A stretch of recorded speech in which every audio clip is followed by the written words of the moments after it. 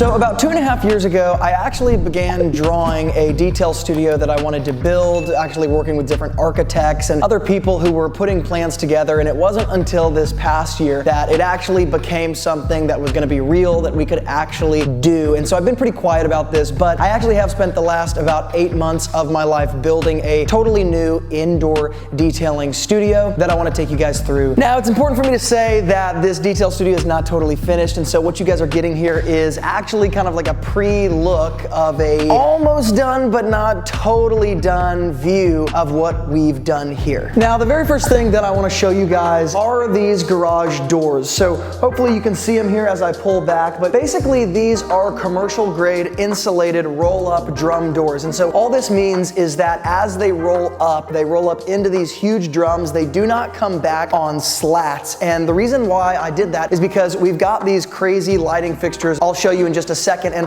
I didn't want the garage doors to come back and cover up the lighting fixtures on the ceiling. And so when they roll up into these drum doors. This chain is nothing more than a manual way to actually roll it up. It takes forever, and so I always just click the button and roll them straight up. Now, it is actually difficult to get garage doors that are drum doors and that are also insulated and that are sized for kind of a building that's halfway between a big commercial building and a residential building. So basically, these doors are completely custom made, actually. They're sized down, and there is insulation running throughout all of these tiny little slats so that the AC and the heat in this building stays in rather than getting sucked out through those particular doors. Now, the next thing I want to show you guys are the walls that are on this building, because this was one of the more interesting parts of building this thing, because it took me a while to figure out what product I was going to use for a wall that would not be too dark, that would basically be something that is totally waterproof. So the type of material that you guys see here is actually called truss core. That's the brand name, but basically the white panels you see here are nothing more than big flat white panels of PVC, and they're basically made about a 1/2 inch to 3/4 of an inch thick, and they're PVC here and on the other side PVC as well. These are totally waterproof, and they actually fit together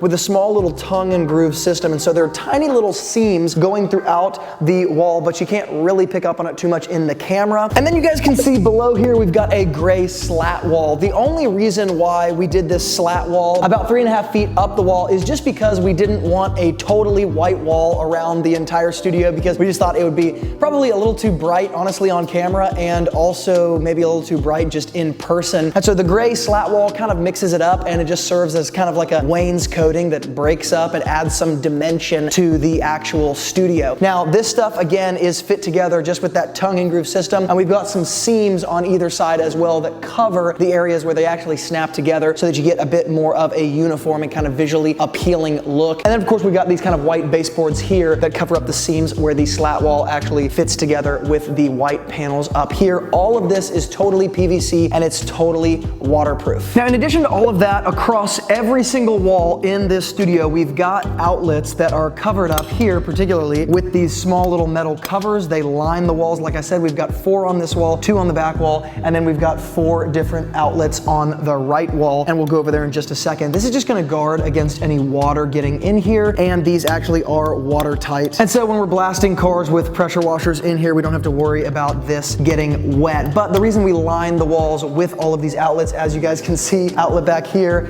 outlet way back there, an outlet in between the doors here, and we've got outlets all over here, is just because it's so much easier when you're working in detailing to have an outlet basically in every corner, because as you know, you're moving tools around constantly. So we just pumped this thing full of outlets on the walls. But guys, just a quick interruption before I show you the lights. I wanna make sure you guys catch the replay of the live free training that I did this past Thursday. That replay is gonna be taken down in a matter of days. So if you wanna see it, the link to that is in the YouTube description box below. But basically, this is the replay of the annual training that I do to teach you guys how to scale your detailing business to 6 figures using ceramic coating. So don't miss that replay, because again, it's gonna be taken down in literally a couple days and it'll be deleted. Won't be available again. Do not miss it.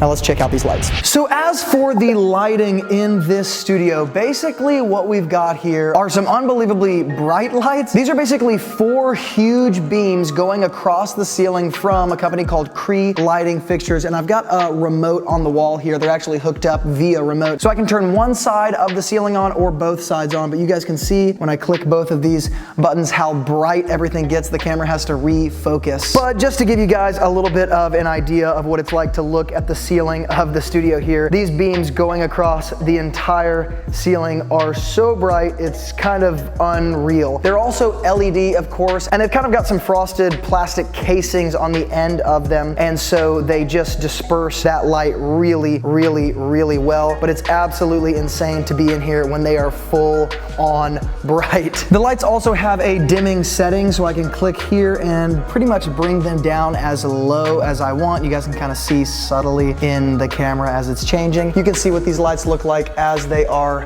dimmed. We'll bring them right back up. It takes about maybe 3 to 5 seconds to bring them all the way back up to full blast right there. And this thing is bright. Now, in addition to all of this, there is a mini split that we hung on the wall right here, which is basically just responsible for heating, AC, and it's also a dehumidifier in here that I turn on whenever it's raining outside because it gets a little humid in here, as well as when I'm washing a car in here, we just turn that on, it pumps in dry air, whether it's heat or it's cool, and so it stays very, very dry in here, even though we're using a lot of water. And so basically this is all contained, heated and cooled, and we can take care of a car literally from start to finish indoors. Now, behind these walls, this is probably the most insulated building in the entire city that I live in, because not only did we put a closed cell spray foam on the entire interior of the kind of exoskeleton of the building, but we also put soundproofing insulation behind all of these walls. So you've got double insulation, not because we wanted to put that much insulation, but simply because the sound deadening insulation keeps things very quiet in here when the birds are chirping outside and people are mowing their yards and doing all that sort of stuff. But the sound deadening insulation keeps things very quiet inside this building, so outside noises do not get in as I'm working and actually shooting videos, and even have my team in here doing content with me. So again, probably the most insulated building in the entire city. Now, there is a lot more to show with this building, and we'll certainly get to it, but I do want you guys to see the cabinets that we actually had installed this past week. Basically, what we've done is upgraded not only all of the cabinets, but also added a lot more storage here. So we've got cabinets hung on the wall right here, and we've got cabinets down here as well. All of these cabinets down here have a pull-out drawer. They're totally empty right now. We've not yet put all the stuff we want to put in them. We've got a tool cabinet over here. I actually brought a standing desk in here because I've been working in this particular studio for a while now just from my computer. And over here we've also got a large cabinet that we're not exactly sure where we're putting yet. I think it's going to stay over there. I'm just not totally sure. And I'll also come over here just to show you guys the pressure washer setup. It's not done yet. We actually have to get a few things repaired, but basically we've got the Krenzler pressure washer hooked up here on the shelf. We've got it hooked up to the DI tank down here, and we've got a splitter on the hose that not only allows us to, again, run water here into the DI tank, into the pressure washer, so we do spotless rinsing, but we've also got a hose down here that just hangs down because this is gonna be our bucket filler. So this is very much an obsessed garage kind of setup. And then next to that, we've also got the sink, which, of course, runs water, drains water. And so we've not only got water in the building, but we've got the entire pressure washer setup hooked up right here. The hose reel that we're gonna be using is also going to be hooked up right here. But again, like I said, this is kind of a sneak peek of a studio that's not totally done yet. So when we've stocked the shelves full of everything that we're putting in there, and we've fixed the pressure washer, hooked up the hose, and we're ready to go to actually start detailing in here and transition not only our details, but also the videos here, I will let you guys know and do a full review of everything, showing you exactly what I did, how I did it, and probably even showing you guys a lot of the actual build of this studio. But for now, this sneak peek will have to do. And remember guys, before you leave, go check out the replay to the live free training I did this past Thursday. That replay is only gonna be available for the next couple days, so I wanna make sure you do not miss it. It'll teach you guys exactly how to build your business to where you can maybe one day build a studio like this, right? Because you're able to scale your detailing business to 6 figures using ceramic coatings, create a bunch of margin, how to bring customers to you online, how to do this for free, using something I call the C3 method, and just a whole lot more.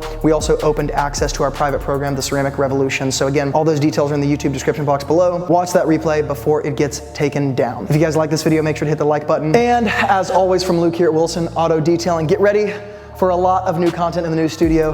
Thanks for being involved. Keep working hard, and I'll see you in the next video.